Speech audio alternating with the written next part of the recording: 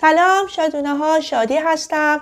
امروز اومدم با یه فال کلی و گروهی برای نیمه دوم ماه آبان. منتظر بمونید، نیت کنید، سابسکرایب کنید، زنگوله رو فشار بدید و فال امروزتون رو گوش کنید. خب، نیمه دوم آبان ماه یه پولی دستتون داره میرسه که خیلی غیر منتظره و توی این پول من رقم 6 و 9 رو دارم واسه شما دارم میبینم.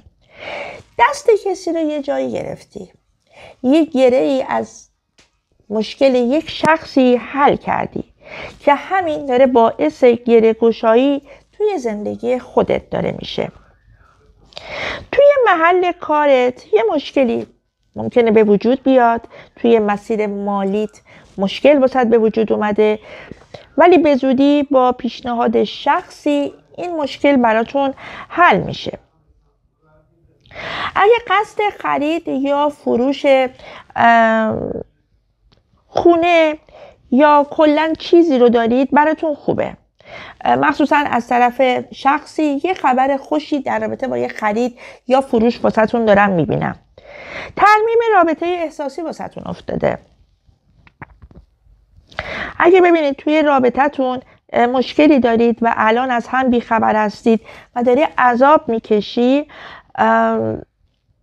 خبر خیلی خوبی داری از سمتش میگیری، کم صبر کن، خودش بهت زنگ میزنه. ولی بهتره تو چیزی رو به یادش نیاری، به خاطر اینکه یه ذره دستت هم انگار ناراحته، دلش شکسته. ولی کارهای نصف نیمه، حرفهای نصف نیمه‌تون رو دارم میبینم که دارید به پایان میرسونید. یه ذره صبور باشید. اگه نیت احساسی دارید، معجزه و خوشحالی واسهتون دارم میبینم. بحث و قهری که بینتون هست اینا انشالله حل میشه.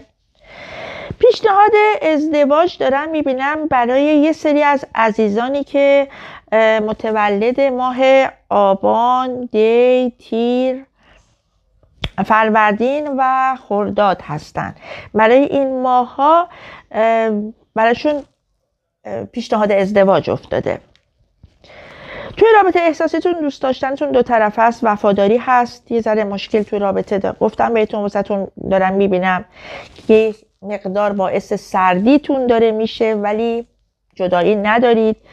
متاسفانه افراد حسود توی زندگیتون زیاده. یه خانم یا یه آقا دعایی واسهتون زدن، دعای جدایی که برطرف میشه از طرف یه شخصی که چشمای روشنی داره، یه درخواستی داره. همه شرایطش رو بسنجید، بعد انجام بدید، چون یه مقدار این پیشنهاد ممکنه که خیلی خوب نباشه، خیلی عالی نباشه.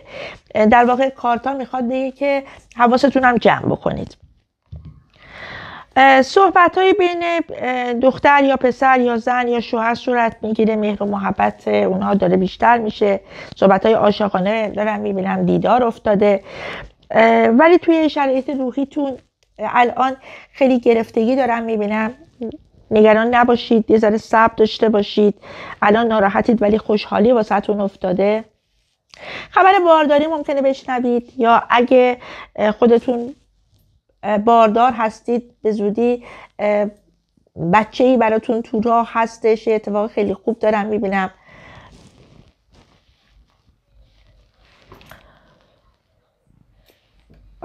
شخص احساسیتون هم که گفتم دوستتون داره، بهتون توجه هم داره. یه سود یه پولی هم از طریق یه شراکت داره بهتون میرسه که خیلی واسهتون برکت داره.